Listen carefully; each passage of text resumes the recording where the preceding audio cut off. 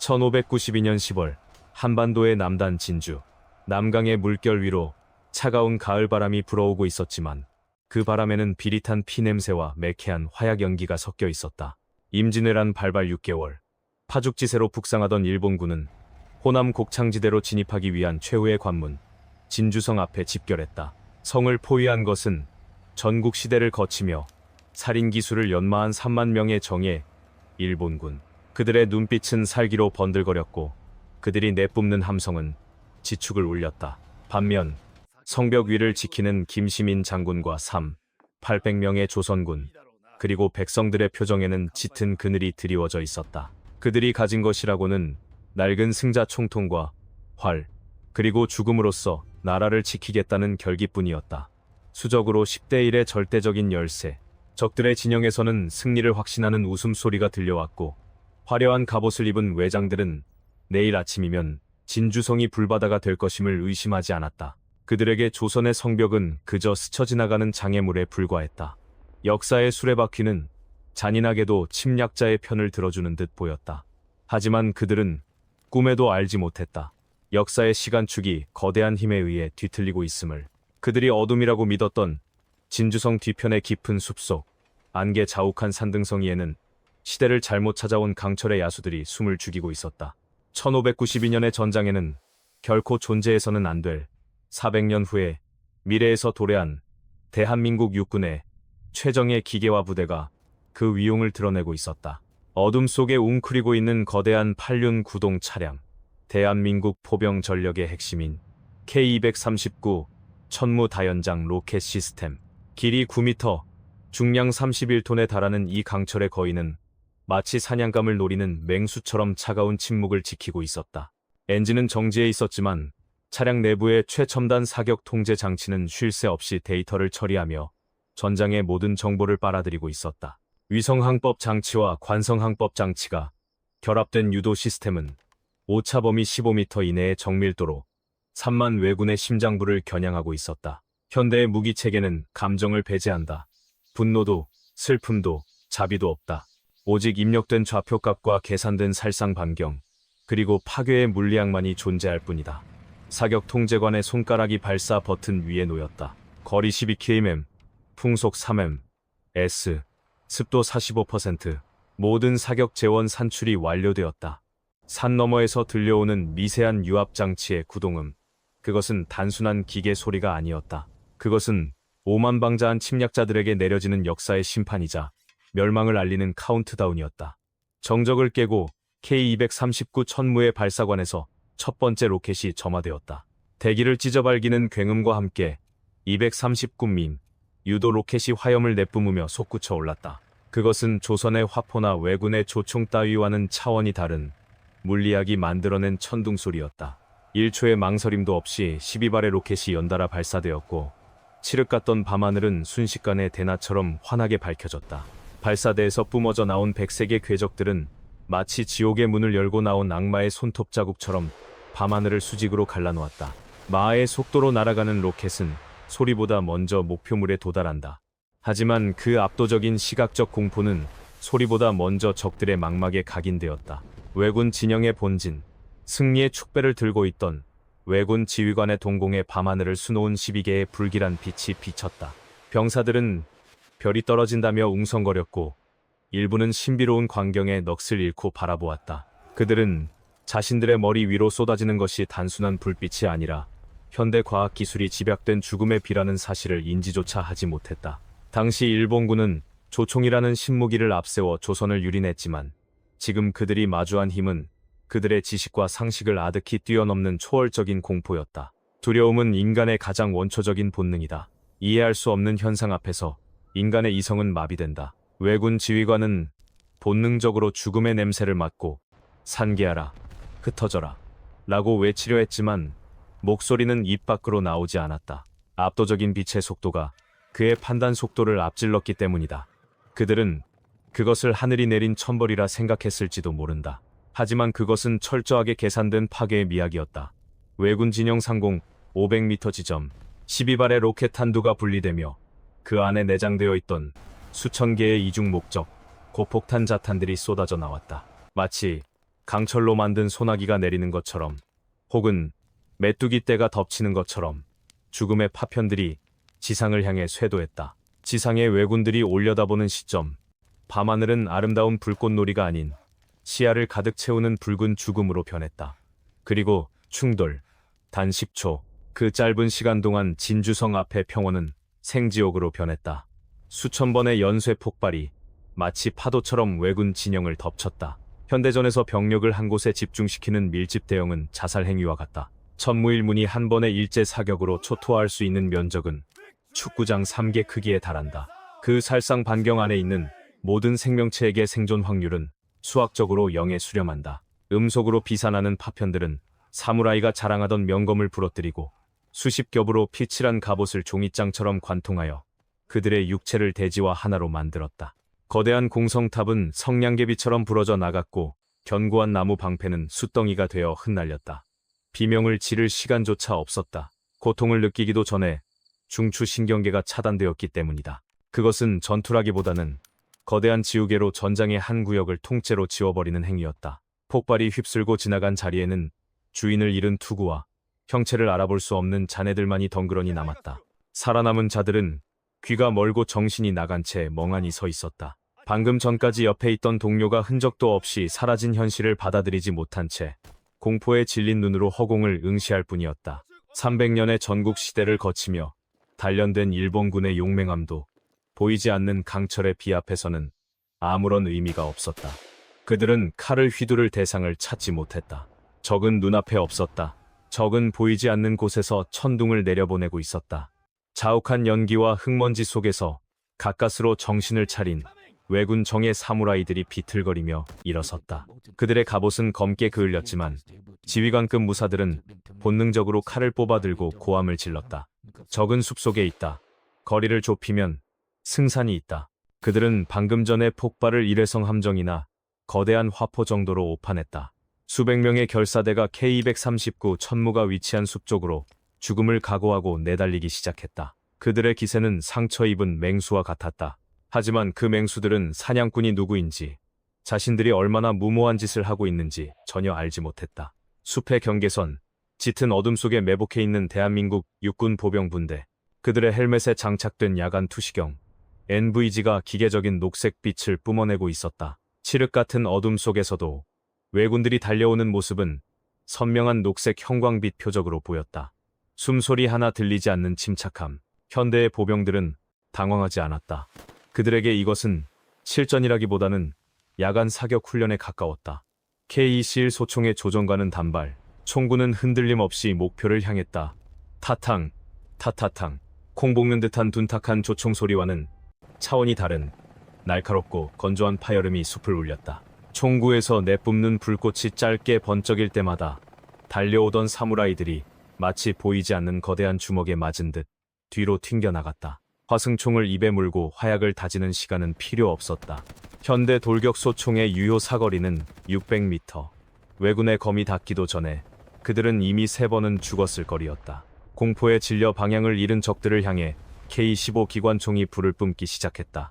예광탄이 붉은 선을 그리며 어둠을 가르고 그 궤적은 마치 레이저처럼 적의 대열을 횡으로 썰어버렸다. 나무 방패 뒤에 숨은 병사들도 소용없었다. 5점, 56mm 나토탄은 나무를 관통하고 그 뒤에 갑옷마저 뚫어버렸다. 보이지 않는 적에게, 보이지 않는 거리에서 당하는 죽음. 왜군들에게 이 상황은 악몽 그 자체였다. 용맹함은 무기가 되지 못했고 사무라이의 명예는 총탄 앞에서 흩어지는 핏물에 불과했다. 그들은 깨달아야 했다. 시대가 바뀌었음을. 칼의 시대는 오늘 밤 여기서 끝났다. 땅 위의 지옥이 끝났다고 생각한 순간 하늘의 심판이 시작되었다. 대기의 진동이 바뀌며 심장을 직접 타격하는 압력이 전장을 덮쳤다. 두두두두. 바람 그 자체를 찢으며 허공의 정지에 있는 중력을 비웃는 강철의 괴수. 대한민국 육군 항공작전사령부 소속 AH-64E 아파치 가디언 공격 헬기 편대가 그 거대한 그림자를 드러냈다. 왜군 병사들은 무기를 버리고 하늘을 올려다보았다. 그들의 세계관에서 하늘을 나는 존재는 신 아니면 요괴뿐이었다. 아파치의 기수 하단에 장착된 30mm M230 체인건이 곤충의 더듬이처럼 천천히 회전하며 아래를 향했다. 조종사의 헬멧과 연동된 타겟팅 시스템에 따라 조종사가 고개를 돌리는 방향으로 포신이 소름 끼치게 돌아갔다. 놈의 눈, 열상 감지 센서와 마주친 순간 숨을 곳은 존재하지 않았다. 밤의 어둠도 숲의 나무도 바위 뒤도 안전하지 않았다. 이 강철의 용은 수킬로미터 밖에서 쥐새끼 한 마리의 체온까지 감지하고 있었다. 퍼펑, 퍼펑, 퍼펑, 둔탁하고 묵직한 타격음이 하늘에서 떨어졌다. 30mm 기관 포탄이 지면에 꽂힐 때마다 사람의 형체는 핏덩이로 분해되었다. 폭탄처럼 터지는 것이 아니라 운동에너지 그 자체로 육체를 찢어 발겼다. 도망치는 기마대를 향해 아파치가 저공 비행을 시도하자 로터가 만들어내는 엄청난 하강풍의 말들이 놀라 날뛰고 병사들은 바람만으로도 몸을 가누지 못해 넘어졌다. 하늘에서 내려다보는 전장은 처참했다. 자랑스럽던 일본의 기마대는 공포에 질린 말들의 울음소리로 가득 찼다. 한편 전장에서 수킬로미터 떨어진 후방, 안전하다고 믿었던 왜군 총사령부의 본진, 지휘관은 전선에서 멀리 떨어져 있으니 안전하다는 전근대적인 착각 속에 빠져 있었다. 하지만 그 시각, 보이지 않는 산 중턱에서 천둥의 신이 포문을 열고 있었다. 대한민국 명품 자주포 K9 썬더 155mm의 거대한 포신이 유압 소리를 내며 하늘 높이 쳐들렸다. TOT, 즉 표적 동시 타격 사격 준비. 첫 번째 탄 발사. 포신이 순식간에 각도를 낮춘다. 두 번째 탄 발사. 다시 각도를 낮춘다. 세 번째 탄 발사. 단 15초 안에 3발의 포탄이 각기 다른 궤적을 그리며 발사되었다. 먼저 쏜 포탄은 높게 날아 천천히 떨어지고 나중에 쏜 포탄은 낮게 날아 빨리 떨어진다. 수학적 계산을 통해 3발의 포탄이 정확히 같은 시간에 목표물에 떨어지게 만드는 현대 포병의 절기. 적들은 3번의 공격을 받는 것이 아니다. 3배의 파괴력을 가진 단 한 번의 심판을 받게 된다. 왜군 본진의 고요한 풍경. 아무 소리도 들리지 않는다. 포탄은 소리보다 빠르게 날아오기 때문이다. 그리고 순간 콱, 콱, 쾅. 3발의 155mm 고폭탄이 사령부 막사 중앙에 동시에 꽂혔다. 거대한 불기둥이 지휘소를 집어삼키고 충격파가 주변의 텐트와 깃발들을 찢어발기며 확산되었다. 경고도 없었다. 피할 시간도 없었다. 하늘이 무너지는 듯한 굉음과 함께 왜군 지휘부는 지도 위에서 지워졌다. 지휘관의 죽음은 단순한 병력 손실이 아니었다. 그것은 군대라는 거대한 생명체의 뇌가 파괴된 것이었다. 뇌를 잃은 짐승은 더 이상 싸울 수 없다. 단지 날뛸 뿐이다. 전방의 병사들도 후방의 지휘부도 이제 안전한 곳은 이 땅 어디에도 없었다. 지휘체계가 붕괴된 군대는 그저 무장한 난민 무리에 불과하다. 누군가가 대장님이 돌아가셨다. 하늘이 노했다. 라고 외치자 공포는 전염병보다 빠르게 퍼져나갔다. 병사들은 무거운 갑옷을 벗어던지고 손에 들고 있던 조총과 창을 내팽개쳤다. 뒤돌아 도망치는 병사가 앞서가는 동료를 밀치고 넘어진 동료를 밟고 지나갔다. 사무라이의 명예나 무사의 자존심 같은 단어들은 생존 본능 앞에서 가장 먼저 짓밟혔다. 혼돈의 파도 속으로 강철의 침묵이 밀려들어왔다. 숲속에서 천천히 전진해오는 대한민국 육군 기계화 보병 부대 K808 차륜형 장갑차 100호가 조용하지만 위압적인 엔진 소리를 내며 등장했다. 그 뒤를 따르는 보병들은 완벽한 간격과 대형을 유지하고 있었다. 누구도 소리 지르지 않는다. 누구도 뛰지 않는다. 오직 수신호와 짧은 무전 교신만이 오고 갈 뿐이다. 도망치던 왜군 무리가 K808 장갑차와 마주쳤다. 거대한 쇠바퀴와 위압적인 장갑 차체 앞에서 그들은 얼어붙었다. 압도적인 문명의 격차 앞에서 저항 의지는 공포에 의해 완전히 거세되었다. 생포된 왜군 부장이 결박된 채 K808 장갑차의 내부로 끌려 들어왔다. 처음 보는 금속 공간, 은은한 에어컨 소리, 그리고 무엇보다 그의 시선을 사로잡은 것은 내부를 가득 채운 수많은 모니터들이 뿜어내는 차가운 푸른 빛이었다. 정보 장교가 무심한 표정으로 모니터를 가리켰다. 화면에는 디지털 지도가 떠 있고 그 위에는 붉은 점과 파란 점의 움직임이 실시간으로 표시되고 있었다. 왜군 장수의 눈동자가 흔들렸다. 그는 알아보았다. 저 붉은 점들이 바로 자신의 군대였음을. 자신들이 밤의 어둠을 틈타 은밀하게 움직인다고 생각했을 때 적들은 하늘 위에서 신의 눈으로 그들을 내려다보고 있었다. 이것은 싸움이 아니었다. 손바닥 위의 개미를 관찰하는 것과 다를 바 없었다. 그의 자부심, 긍지, 전략, 그 모든 것이 이 차가운 유리 화면 앞에서 산산조각 났다. 패배한 장수에게 가장 잔인한 형벌은 자신의 노력이 무의미했음을 깨닫게 하는 것이다. 그는 깨달았다. 칼로 베어낸 것은 그들의 몸이었지만 기술로 베어낸 것은 그들의 영혼이었다. 정보의 비대칭이 가져온 완벽한 굴복이었다. 진주성에 굳게 닫혀있던 성문이 열리고 김시민 장군이 피 묻은 갑옷을 입은 채 걸어 나왔다. 그의 뒤로는 지치고 상처 입은 조선군 병사들이 따르고 있었다. 그들의 눈앞에 펼쳐진 광경은 충격 그 자체였다. 압도적인 크기의 K2 흑표 전차와 K808 장갑차들이 성문 앞을 가로막고 있는 것이 아니라 마치 사열하듯 양옆으로 길을 터주고 정렬해 있었다. 강철의 거인들은 포신을 낮추고 침묵을 지키고 있었다. 그 고요함 속에는 깊은 경의가 담겨 있었다. 가장 선두에 있던 K2 전차에서 내린 한국군 지휘관이 김시민 장군 앞으로 걸어갔다. 최신형 전투복에 베레모를 쓴 그는 무기를 들지 않았다.